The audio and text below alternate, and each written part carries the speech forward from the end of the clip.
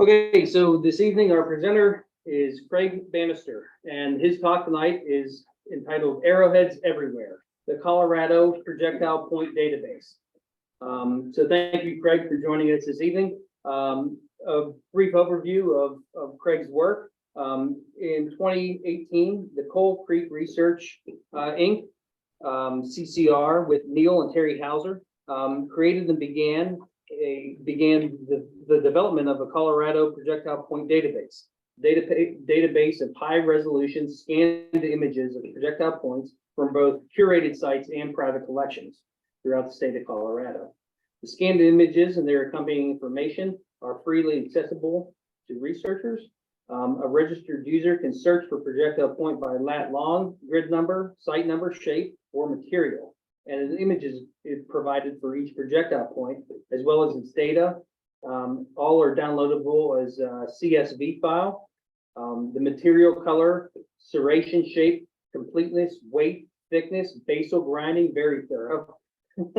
Side 1 and 2 of flaking and flaking patterns, as well as UV fluorescence, short wave and long wave, as well as the location, grid numbers and range for topographic maps are also available. Several CAS members have provided many hours of scanning and recording the projectile points from both private collections and curated collections from the museum repository. To date, the database currently contains over 7,100 projectile points and is regularly updated as additional collections are scanned.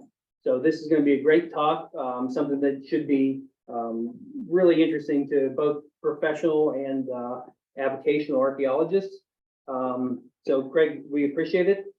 Craig is an avocational archaeologist and an associate of the Coal Creek Research Institute. So without further ado, Craig, thank you.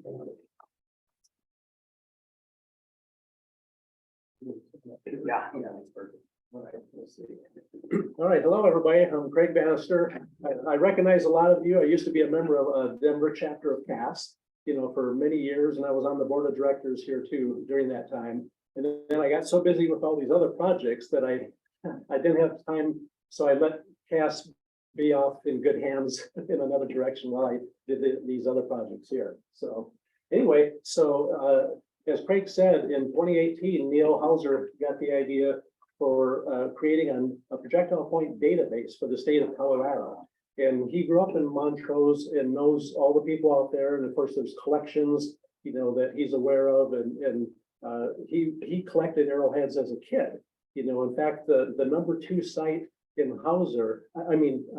in Montrose, the Hauser site is only the second one that was documented for Montrose County. So the Hauser site is number 2. And what happened was he was out there with his father, and he was 8 or 9 or 10 years old, and they were walking through Dry Creek Canyon, which is this picture here, which is on the Uncompahgre Plateau, just west of Montrose. And he found a couple of arrowheads at the base of a slope, and then they kind of walked up the slope, and he found some more, and then they walked up, and here was a small rock shelter, with more artifacts in it. And so that eventually became the Hauser site. So anyway, again, knowing that all of the parents of the kids that he grew up with are passing away, and these collections are getting either auctioned off or sometimes thrown out or sometimes split up among the kids, and the collections are going away. So he thought, now is the time to try to scan as many as possible, get them into a database with images and then their data, before a lot of these major collections are gone. So let's see if our little clicker works.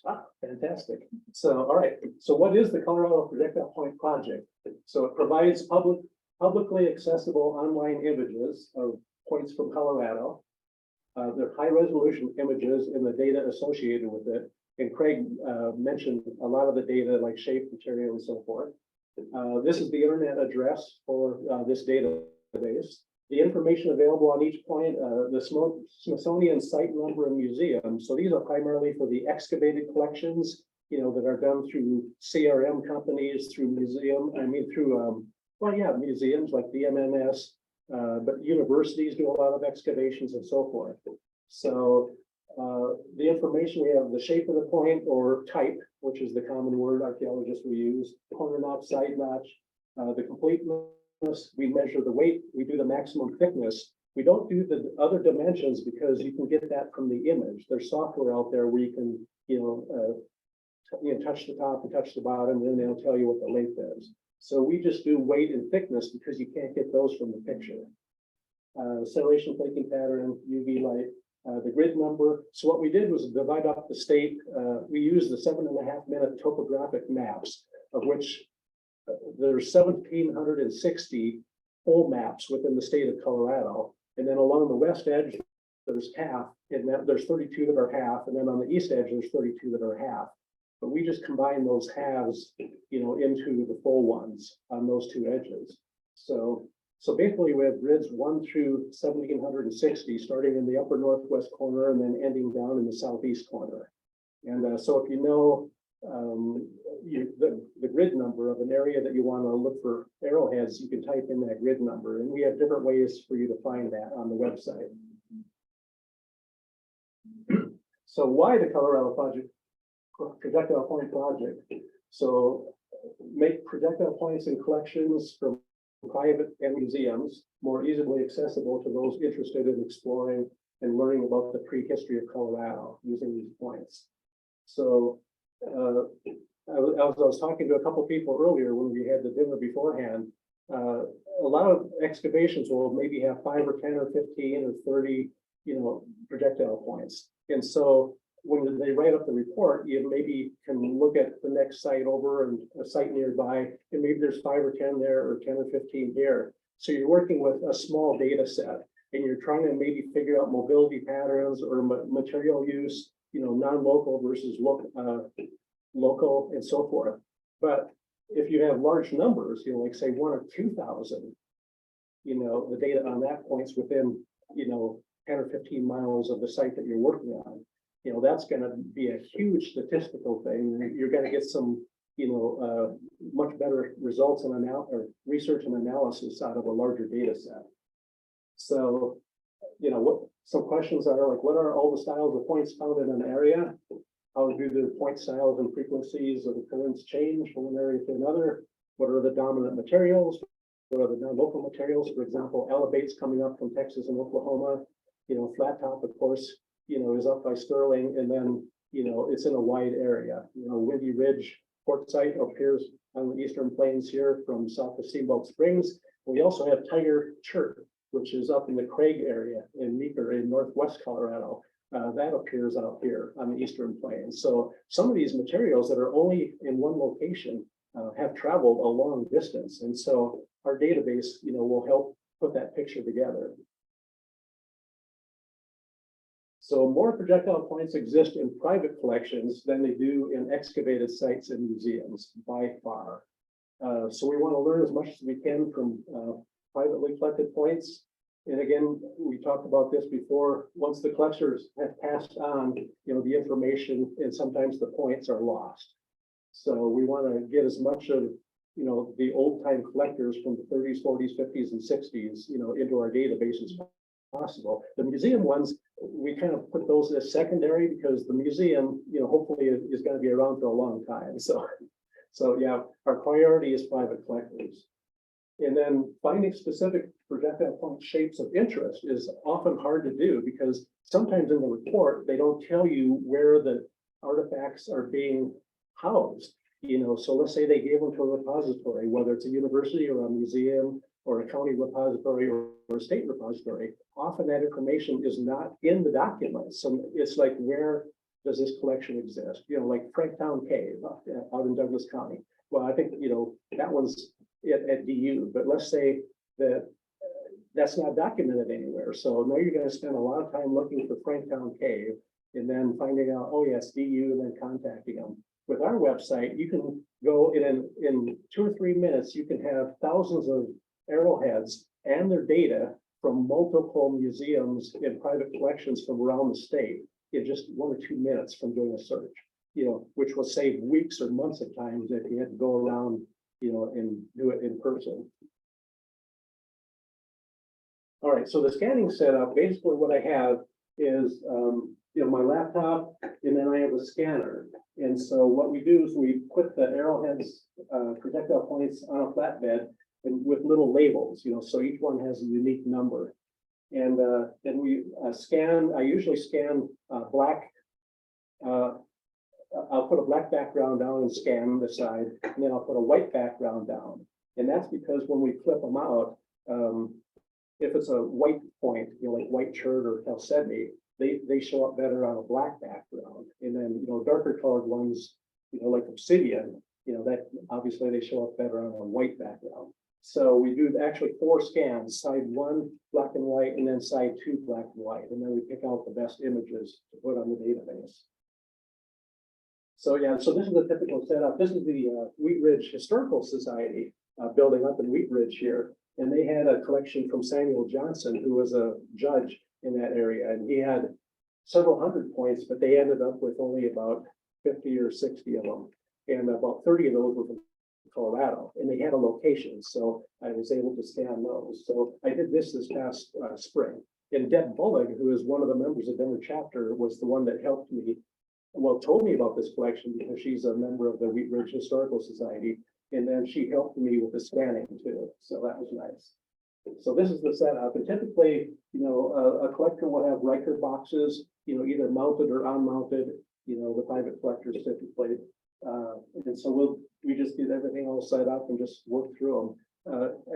In 4 or 5 hours, you can probably scan about 40 to 50 arrowheads, so that's, but it's still a slow process, but it's fun. I really like it. All right, so for the online database, for the searches, we have locations. So you can search by grid, grid 32 or grid 1000. And then I also put in a new search for latitude and longitude. So a lot of excavated sites, you might know the lat long. And then the nice thing about lat long is you can choose a grid area. So you can do a 1 by 1, which is just a single grid or a single topo map, or 3 by 3, 5 by 5, 7 by 7, and 9 by 9. So with lat long, if you enter a point in, you can actually get 91 up to 81 grids, all the results returned all at once. So Smithsonian site number, material shape, and completeness. And then our resources on the website, I have a tab called resources, and that's where the documentation and other items are here. Also, Tim Berry out of, Mike Berry out of Dominguez Group in Western Colorado. So he's put together this chronometric database at this URL address, and we have the link on our website too. So they're putting the radiocarbon and tree ring data in for the kind of the Four Corners area going into Arizona and California. But I think some of our points might have a location or a site associated with some of the radiometric data here. And that's an ongoing process, project for them too, adding more and more sites to this database. All right, so here's the home page of our website. And on the home page, I have thumbnails that are taken from images in our database. And so you can refresh the browser and it'll keep giving you 3 new thumbnails so you can kind of look at the different shapes and types of points we have there. And you can see now, I took this screenshot this morning, we now have 7,200 in there. So I've just added, over 100 here in the last 3 days. And then down at the acknowledgements, we have a lot of acknowledgements for volunteers from CAS, primarily the Grand Junction chapter, who has been a huge help to Neil out there. They've done a lot of scanning from the museum in Grand Junction there. All right, so here's 2 of the resources on the website. So I created this projectile point document, and it's not an official archaeological document, or not a formal one, but I based almost all these shapes on images from our database. And, we needed some way to categorize them. And obviously there's blends, is it a side notch? Is it a corner notch? Is it expanding stem or is it a side notch? And sometimes it's hard to make those distinctions, but we had to call it one thing or the other. And if you're doing research and you pull it down and say, no, that's not a side notch, it's expanding stem. Well, that's fine. It's your paper, it's your research. If you want to recategorize it, that's fine. So I have a whole bunch of side notch shapes, lanceolate, bifurcated, triangular, stemmed, expanding stem, contracting stem, basal notched, corner notched, and then auriculate, ovate, and then unknown shapes. So we have about 70 or 80 unknown shapes in our database, and you can search on the category of unknown. And typically, these are real interesting to have either a single shoulder or also a single notch. And, you know, I don't know if anybody knows or has heard of those types of points or knows what they are. They're probably knives, you know, I would guess, but again, it's really interesting. They're a single notch or a single shoulder. It's, and we have other odd shapes in there too, so. And then this is our completeness guide. So this is how we categorize them. So we go through, if they're complete, only missing one small piece and typically the tip, nearly complete. We have complete base only, because the base is the diagnostic part, you know. Then one side of the base is complete, so you can do a reflection, you know, you can actually get the point if you reflect it. So those are 4 categories we put in. And then the 5th category, non-diagnostic but recorded. So these are shapes that were probably points, but either they've been broken or they were half manufactured and then it didn't do what I wanted and then it got tossed over the shoulder. But there was some indication there. All right, so our search page, here's the heart of the website. Once you register on the website, and anybody's free to register, again, Coal Creek Research is a nonprofit company. We don't, it's all volunteer work that I do and that Neil and Terry do. We don't charge any money. It's free, pretty accessible to the public. So when you register, then that gives you access to the searches and then downloading of the data. But for the registration, we only ask name and location, city and state. And then we ask a few questions about what your preferences are for searches. And we don't ask for phone number, we don't ask for email. So, all right, so here's 3 of the main searches, a grid number. So if you know it's grid 22, you can type in up to 6 grids here and get results back. For site number, you can choose from, it says 170 sites, and I'll show this in more detail later. So these are the excavated sites. And then shape, you know, you can choose a shape like side notch, and then you can choose a completeness, you know, complete, nearly complete, one side, or else complete base only. And then you can actually, well, if you choose like side notch and say all, that's, you're gonna get back like 2,500 results. So you might want to like limit it to a certain area. So you can type in like up to 6 grids to kind of reduce your search. All right, so let's say we're going to do a search on site number. So right now we have 170 museum/excavated sites in the database. And let's go ahead and just search on the very first one in the list here. So I listed binomial number, the name of the site, although some of them are not named, so I'll just put unknown. And then this one has 3 points. So you pick that, hit submit, and then you get this page. So you can print this to paper and have a record of what the projectile points look like. Right now we see there's 3 of them. You can download each one. And these are thumbnails, but the high resolution image gets downloaded. And then the CSV file, which opens in Excel or other programs that will read comma separated value files. You put that and then that downloads to your computer too. Now you have the complete set of data for these 3 points. And then I have search statistics at the bottom here. So it tells me what site, how many points were found, where the grid numbers were found. So this site is grid number 1069. When you do a site search, other grid numbers don't apply because sites are only located in one grid. You know, you don't have Swallow site located in Kentel Ranch and then in Pueblo. So, but for private collections, you know, sometimes they put in, they say, well, it's in this area and maybe it bridges 4 grids, you know, so then you'll see other grid numbers here because they occur in, you know, in overlapping grids. All right, so this is the high resolution pictures that come back. For private collections, you know, we give it a number here. And then, but it's anonymous. You know, that's one thing about private collections. You know, people don't always want their information to be out there. So it's completely anonymous for them. Somebody will come to the website and look at this number. They have no idea whose collection it was from or even, well, you know, the area because, you know, that will be in the CSV file. But For the curated collections, we give credit to the facility by putting a courtesy of and then the name of this facility down at the bottom. And that's, it helps researchers know where to find those arrowheads. Oops, did I go? Okay, so here's a sample of the data. So the complete spreadsheet has the collection number, material, color, serration, all this information up to 6 grids. You'll see that this one had 2 different grids that were where the points were found in. And then here's just a blow up of part of this main spreadsheet. So you can see again, we give you the collector number, the material, color, serration, shape. Oh, yeah, see, here we have an unknown shape. So that was probably one of those single shoulders or single notches. And then, the completeness, the weight. I think I need to add grams and millimeters here, although if you're an archaeologist, that's pretty much a given for weight and thicknesses. Everything's okay. All right, so we have a distribution map of grid that the white grids we haven't got any points in those grids. So light gray, we have 1 to 50 points that have been documented in our database on those grids, all the way up to red.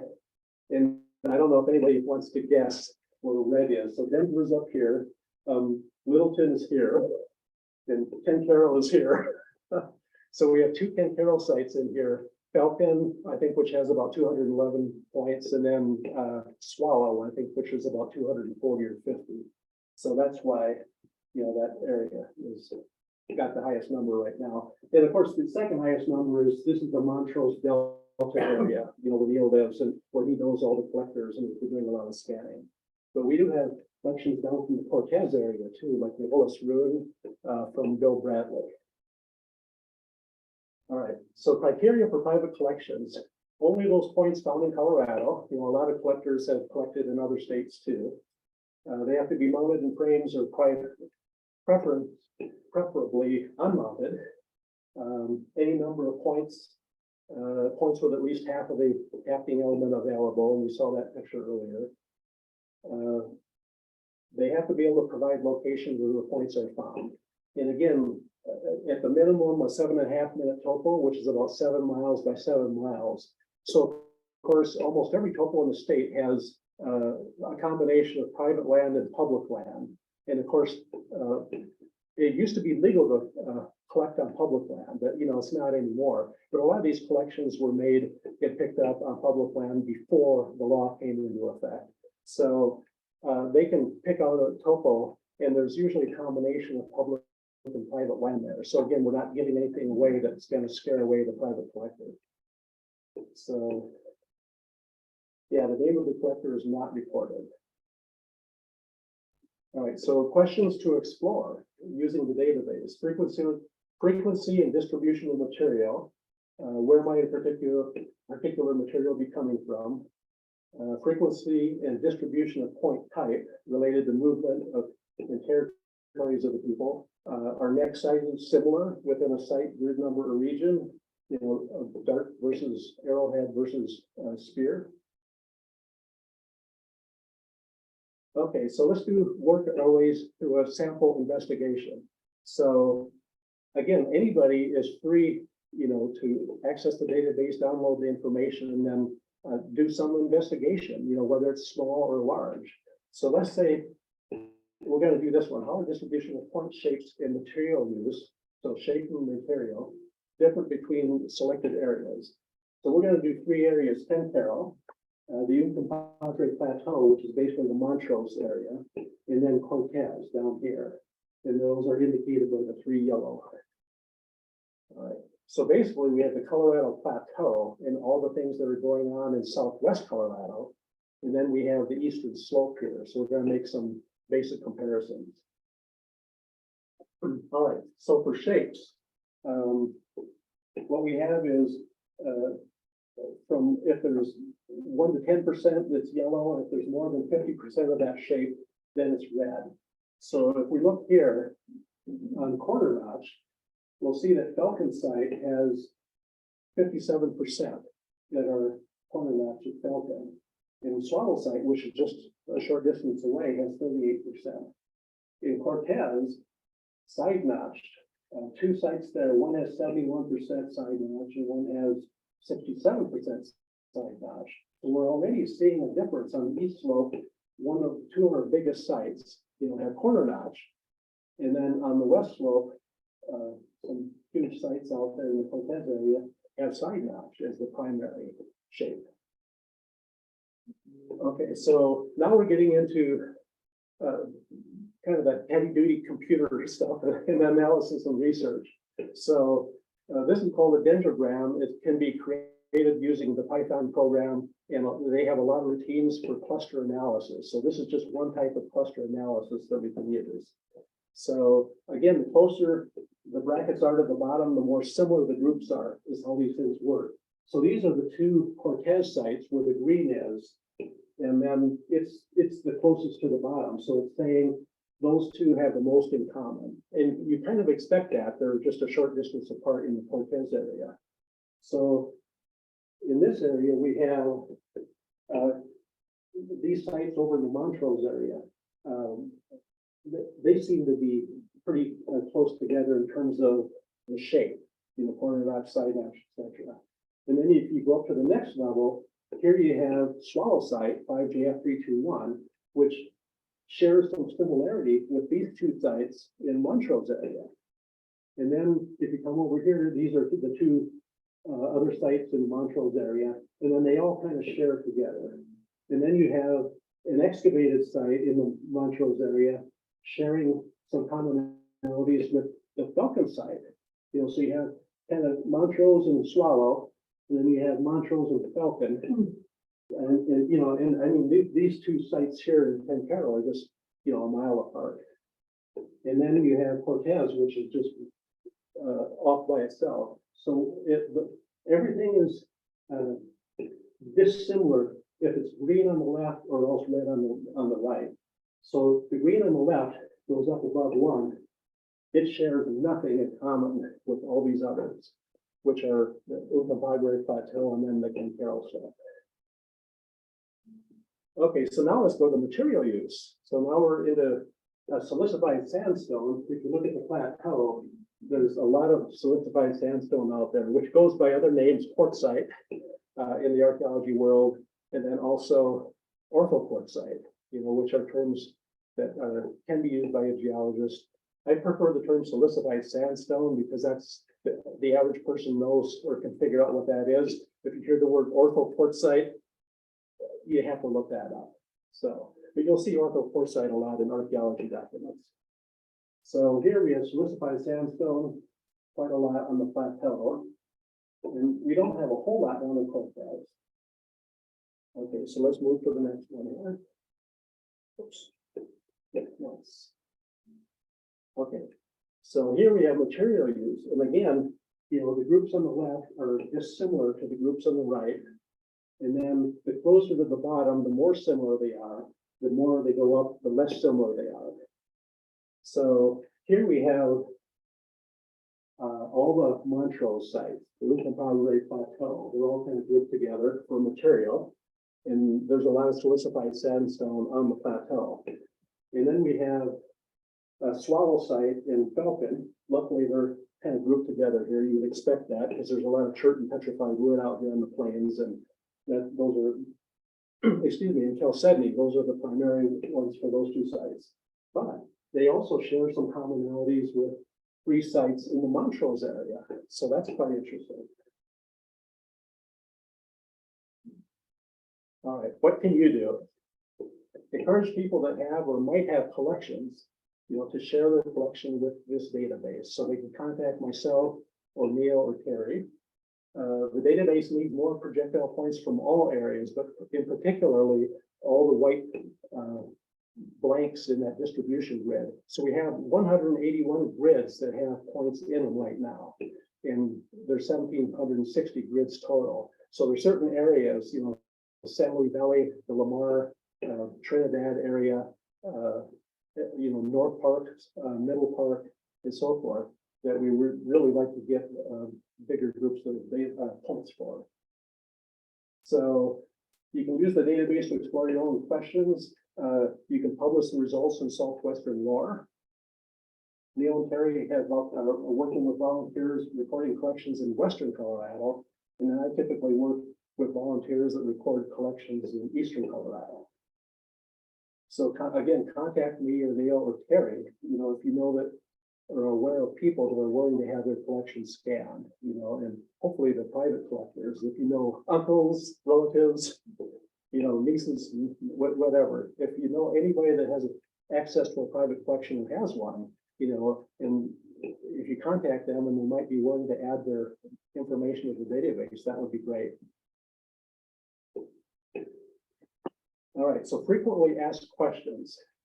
Doesn't this encourage collecting by non-archaeologists? That's one of the major ethical questions out there. So archaeologists are and have been collaborating with private collectors for a long time to identify sites and learn the local archaeological landscape. Collectors know those landscapes better than many archaeologists whose time or opportunity to look is limited. Collecting has, does, and will happen whether or not private collections are recorded. And the database extracts and preserves data which has been made available for scientific use. Question 2, is private collecting counter to the ethics of archaeologists and the ethics of archaeological sciences? So working with collectors provides an opportunity for them to understand what can be learned from the archaeological method, and thus what can be lost by collecting. So you're educating the private collector. The main things: context, location, that's everything. That's the item that's often lost. Private collectors are encouraged to make existing collections available to share their knowledge of the landscape and the collection. Professional societies like SAA, Society for American Archaeology, are now embracing collaboration and engagement with collectors. And they have several links on their website where you can go and look at their statements about that. So one example is on the website, SSA statement on collaboration with responsible and responsive stewards of the past. That gives how they integrate their ethics, with the private collectors and working with private collectors. And that's the end. Any questions? I got a whole bunch. Okay. First of all, you guys are doing yeoman-like work, and you need to be congratulated by all of us because it's a thing that everybody and then so. First thing that occurred to me as you were talking is you mentioned that you had 760 grids for the state. 1,760. 1,760 Right. grids. So what's the dimension of each grid? About 7 miles by 7 miles. Okay. Yeah, it's equal to a 7.5 minute topo map. It is. Right. So if a farmer, let's say, has been working property, he may or may not have an accurate recollection of somewhere over in that field, he might remember that. And so you might have an overlap in 2 grids and things like that. That's exactly How right. would you catalog that? Which grid would you put it in, or would you put it in both? I would put it in both. So we can put a private collector's arrowhead in up to 6 grids. And there's one collector that had some that he said, well, it's anywhere in these 6, because You couldn't remember. yeah, I could have collected. So some of them will return up to 6 grids as the location. But a lot of them were 1 grid and some of them were 2 and 3. So basically, I'll have like the Colorado Road Atlas, the big Grand McNally one or whatever, and then they just point to a location, and I'll put a little note there, a little X, and then later I'll look up what the grid number is, and then use it for the database. So they just can show me the general location, and if they don't want to give away their secret creek or their secret, sand pile, where they find new arrowheads every year after the wind, cleans it out. I just say, just the general, just make a circle, And so I'm not looking to find their private sites, that they can give away. And then somewhere there must be a master map of all this, of all the grids and where's that found? Yeah, on the resources menu item on the website. And each grid has a number on the website? Right, Okay. right, yep. And then a CSV file you mentioned?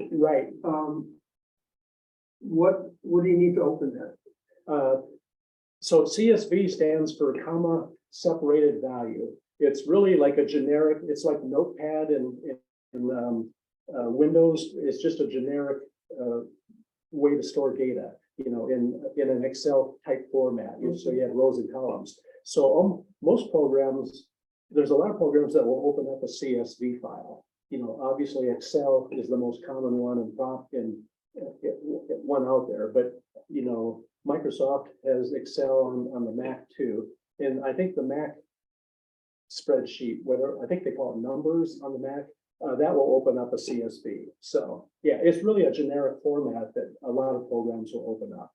And it's just rows and columns. That's all it is. Okay, the third, I have two more.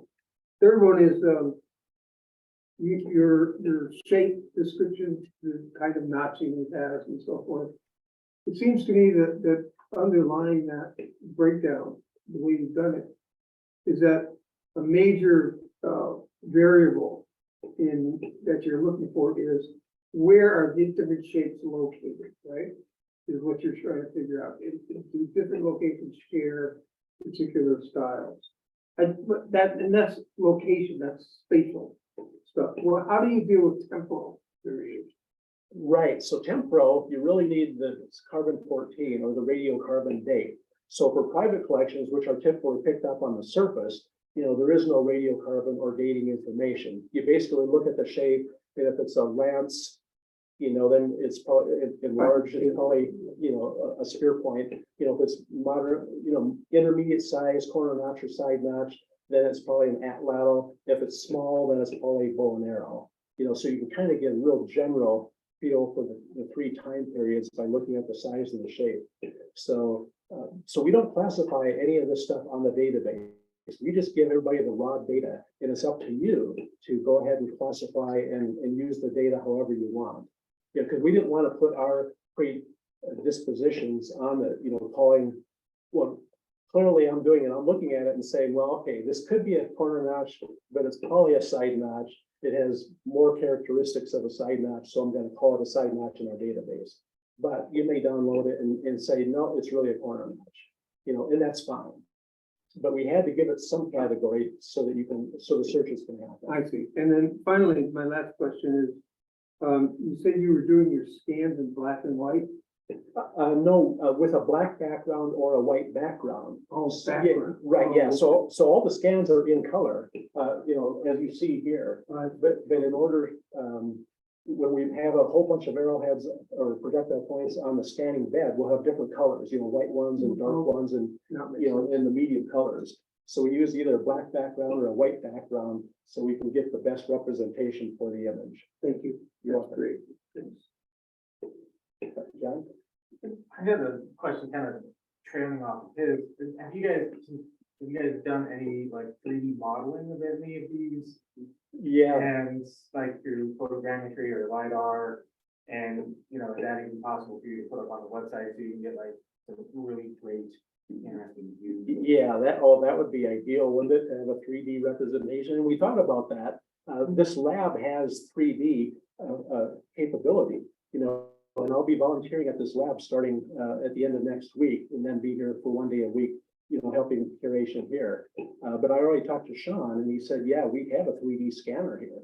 So I might be taking advantage of that. However, that's more equipment, it's bigger, it's hard to take out to a collector's house, or a lot of times we'll meet them, they aren't comfortable with having somebody in their house, so we'll meet at like a library or a community room at a firehouse or something like that. And they'll bring their stuff in, I'll bring my scanner, and we'll scan, 2 or 3 or 4 days or however long it takes.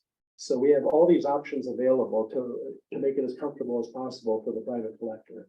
But 3D would be fantastic, and I think I'll certainly try to get some of the 3D, if I can get access to the machine here. Well, there's a lot of techniques that you can use that you can take on site with you as well.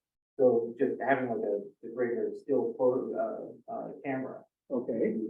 Photogrammetry right there. It's like, here, I'm going to take photos, and then you can build a 3D model off of that.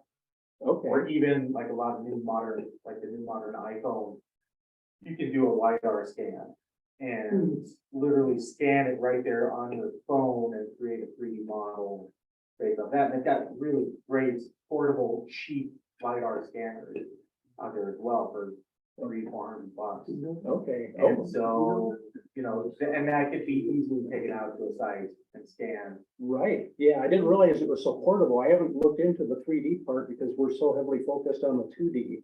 But that's great information. And if you want to talk about it later, I can show you some stuff that I've done as well, but give you some ideas. That would be fantastic.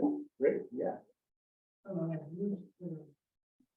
Idea goes back years and years and years. And there was originally a thing called Acton. And anybody reported on the site visit, the issues before they had television damage to the truth. Has anybody gone back to try to see if that's enough to have done report? They have some in our office. Okay. You can not use the outbound report. You can find the names and addresses of the original landowners. The biggest problem that you run into is if you have a show up at a rancher's house and he comes out with a shotgun, he figures you're government agent. Yeah. Okay, they probably government agent. So, Right. the report, if you can figure out how to isolate them, go back to the people. Right. Okay, so the question was, have I looked at the APDAR survey and studies that were done by Cass, I guess in the 1970s? Is that correct? Oh, in the 60s too, or earlier. So I've heard about this document, and like you said, it has a lot of sites, particular landowners. So where collections are, because typically if it's on private land and there's an excavation, even if it's done by a university or something, I think the landowner has first choice to get the artifacts back if it's on private land. You know, so a lot of collections have been excavated and documented, but all the materials and artifacts have gone back to the landowner and they may not be around anymore. So that would be a good resource for me to look at and see if I can track down some of these collections that might be referenced in past documentation.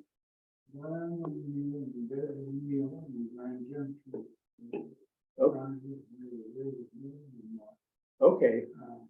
Could you repeat the questions from the floor so we can hear them?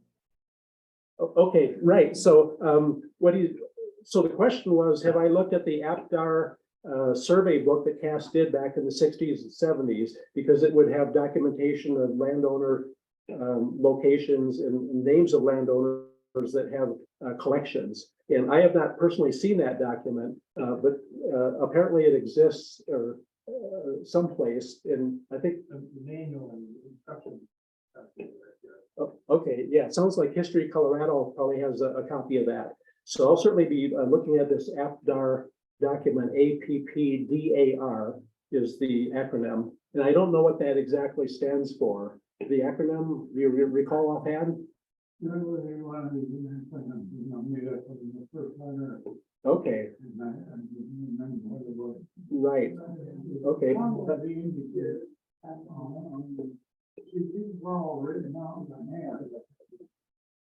Okay, okay, Children, the grandchildren. right. Okay, so right, so the person that asked the question was just giving more information about the APDAR document. A lot of it was written in longhand, and you know, we may have to go back to children or grandchildren of people that might have had a copy. Does that answer your question? Okay, all right. Any other questions? Yeah, Craig, this is Jack Warner via Zoom. Can you hear me? So I can, Jack. Hello. Hello? Yeah, Jack, hello. Can you hear me? Okay, yeah, good. Yeah, my question is I was wondering if there are any organizations or individuals that are outside of the P3 group that have yet to use this database for research. Okay, yeah, that's a good one. We have about over 50 people have registered on this website so far, and Jack mentioned P3. That was our previous name of the database, was Projectile Point Project. But we've renamed it Colorado Projectile Point Database to be a little more search friendly and so forth. So we have archaeologists have signed up from as far away as Pennsylvania, Nebraska, Arizona, and one or two other states. And we've had several CRM, and I think at least one BLM person here in Colorado. So about 8 or 9 that are using it for research purposes as primarily as comparative typologies. So they'll look at the shapes. And they've mentioned that because when we register, we ask, one of the questions is, what research question are you attempting to answer? You know, and so we see that those people, you know, have logged in, and then they've said, yes, we're using your data right now. That's great. Yeah, thanks. Rebecca.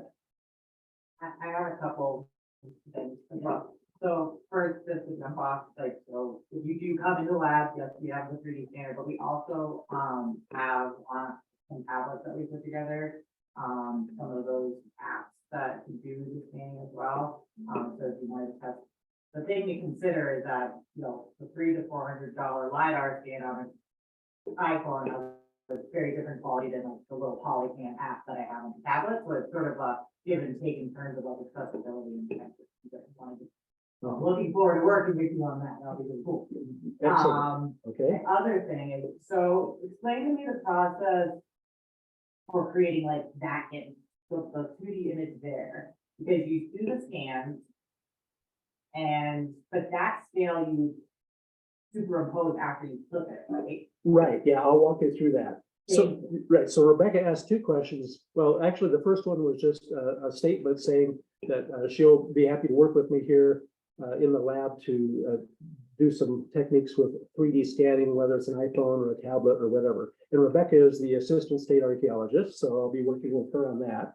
So her second question was, how do we get it from the collector's hand onto our website, basically? So again, the scanning process, you know, we go to the collector or they come to us, you know, we scan the images on a flat bed, and we can usually do up, you know, 10 or 12 at a crack. And then at that point it's just one image, you know, high resolution. And then I use Photoshop because I've been using the Adobe Creative Suite for the last 30 years. Been familiar with that, and Photoshop has a lot of capability. But we don't use maybe, you know, 0.1% of the capability of Photoshop. So Neil uses GIMP, G-I-M-P, which is the free version of Photoshop. Essentially, it's a completely different program, but it has most of the functionality of Photoshop, and it's open source and it's for a free download. So what we do is on the flatbed scanner, everything is 1-to-1. So we scanned in this L-shaped ruler, which is like a forensic style and forensic quality ruler on the flatbed. So we have that as our base image. And so then we'll open up the flatbed scanner image that has all the points, and we'll crop out one of them and then open up this image and just paste it in. So it's 100% to 100%. So that's where the scaling comes in. Yeah. Cool. Yeah, I missed the part where you can, so you know. Yeah, I didn't talk about that, so I'm glad you brought it up. Yeah, and so of course side 1 is side 2, but on a lot of them you'll see, I think we have about 1,000 that are in mounted frames. So, and they're usually glued down or they're wired down, so we can't take the arrowhead out. So we typically can't get thickness and we can't get basal grinding, you know, but you will scan the whole frame, you know, in different pieces, and then we'll flip it out. And so on those, you'll just see one side because we can't get to the second side. Enhancement of the image at all? Yes, actually, there's some enhancement going on. The scanners, they don't have a really intense light. I would say half to 2/3 are probably as scanned. We just take them and just drop them in. If they're really dark or they're really light, and then some certain colors. I'll actually lighten them up in Photoshop, so that you can see the flaking pattern and other things. The original color is still there. The whole image is just lightened, like you're shining a brighter light on it. Yeah, so it's not changing the image data or the color. I don't. Does that explain it? Sort of. Are you, if you're doing an enhancement, are you keeping the original or discarding it? Or are you keeping? Right. Right, yeah, so Todd asked if for the original, if we do some adjustment to it, like lightning, which would be a typical adjustment on maybe a third of them at the most, maybe even less. Neil and I each have a copy of all the originals, the original scans and the original image before the enhancement is done. So, and again, the enhancements, we aren't changing the color. So this would be like a deeper yellow probably originally. And then I did one step of lightning, so it's still yellow, but it's just a little bit lighter and a little bit brighter. So again, it's primarily for the flaking patterns. And especially like on a black background, you want the image to separate from the black. And we don't make any notes of that, and so color is a really interesting thing. Color is in the eye of the beholder. What's mauve to one is puce to another, and ultraviolet, or purple violet to another. So luckily I have no color blindness. For men, about 90% of men have some degree of color blindness. And I think only 5 or 10% of women have some degree of color blindness. So luckily, I go through and then I categorize the colors, because we have volunteers that are working, and sometimes they'll call something one color and I look at it and it's clearly a different color. So that's either they didn't see the color right, or they misnamed it, or else maybe they got the cursor in the wrong cell on the spreadsheet when they were entering the data. You just don't know. But if they say that this arrowhead was blue, or gray, clearly I'll come back and say it's like beige. So. Technical. So when you save it, what format is it? High resolution JPEG or what's the? Right, yeah, the question was what format are these images, the high resolution images in, and it's PNG. So JPEG is a lossless or a lossy format, so it throws away some information, but a PNG file saves 100% of the information. So all of our high resolution images are PNG. Greg, are you recording quarry sites or anything like that? Oh, that's a good question. Certainly, as part of the material thing, knowing where quarries are, like Flat Top or Windy Ridge or the Tiger Chert, those kinds of things. We're talking about doing a database for quarry sites, but that hasn't gotten launched or anything yet. But it is something that would be a direct correlation to this database. John. Along the same lines, you mentioned one of your variables is ultraviolet light. Correct. And you said long wave or short wave or LW and SW? Correct. Is that right?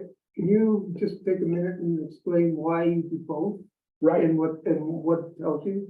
Right. Okay. So for ultraviolet, there's two main wavelengths that are used in the scientific realm, short wave and long wave. And there's a little bit of bracketing around, the angstroms for long wave and angstroms for short wave. But in general, they make different fluorescences happen. So typically, most minerals will fluoresce under short wave, about 80 or 90%, if they're fluorescent. 80 or 90% of them will fluoresce under short wave, and maybe about 10% of that group will fluoresce under long wave. So we do both, and we capture, sometimes it'll be green under short wave, and it'll be orange under long wave. So we capture all that information. And I want to tell you one thing about the petrified wood, which is one of the most common tool stones out here on the plains, the petrified wood. So that has a lot of uranium in it. There is actually a lot of uranium floating around in the system here. And so uranium will fluoresce green. So almost without, almost exclusively the Parker petrified wood in shortwave. If there's little chalcedony veins, those will always be a green, and sometimes a bright green.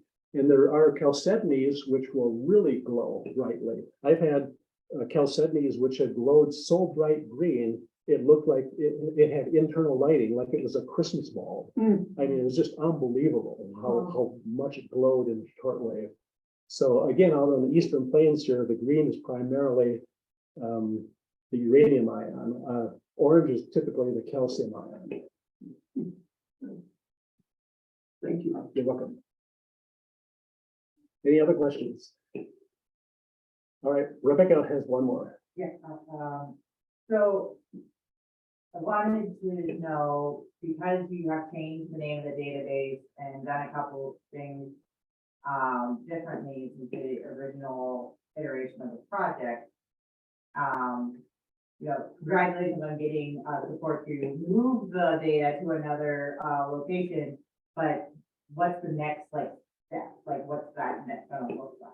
Okay, yeah, I deliberately didn't talk about that, but I will now. So Rebecca asked the question, I mean, Neil and Terry and I are not going to be around forever. If we got another 5 or 10 years left in us to do this, that'll probably be great, but that'll be at the end of it. As long as you pay hosting on a website, it'll be there forever, but I don't know if his children, or other people we can get involved will set up some kind of a trust to pay that this website will keep going 20 or 40 or 50 years from now. So what we did was we made an agreement with TDAR, the archaeological database out of Arizona. And they're kind of like the clearinghouse for documentation, images and stuff like that, and other databases, especially pottery and so forth. So they've agreed through a grant through History Colorado to help fund this transition from our website.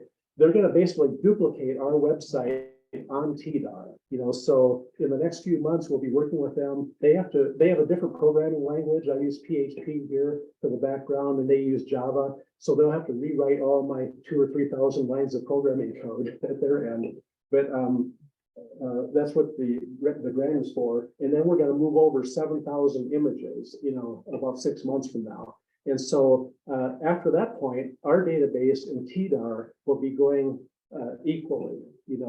As we add points here, we'll add them to the TDAR. And of course, hopefully TDAR, it's a big institution and there's funding, 20 years from now, 50 years from now, they'll be around, and that our database will live with them.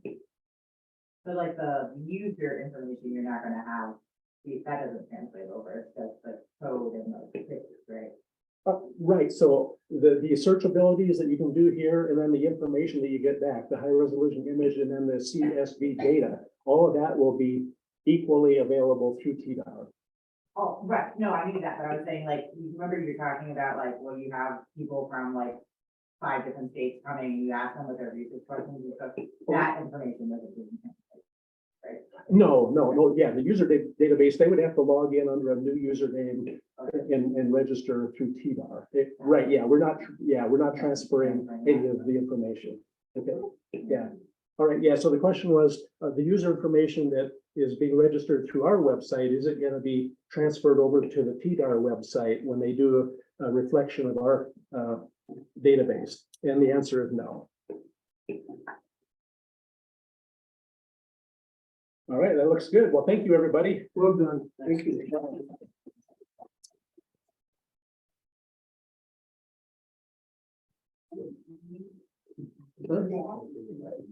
Oh, okay. Thank you. Great. Yeah, you're welcome. So I think I'm gonna leave early here. Yeah, that's fine. Yeah, but I'll let you go through it again. Anybody that has questions.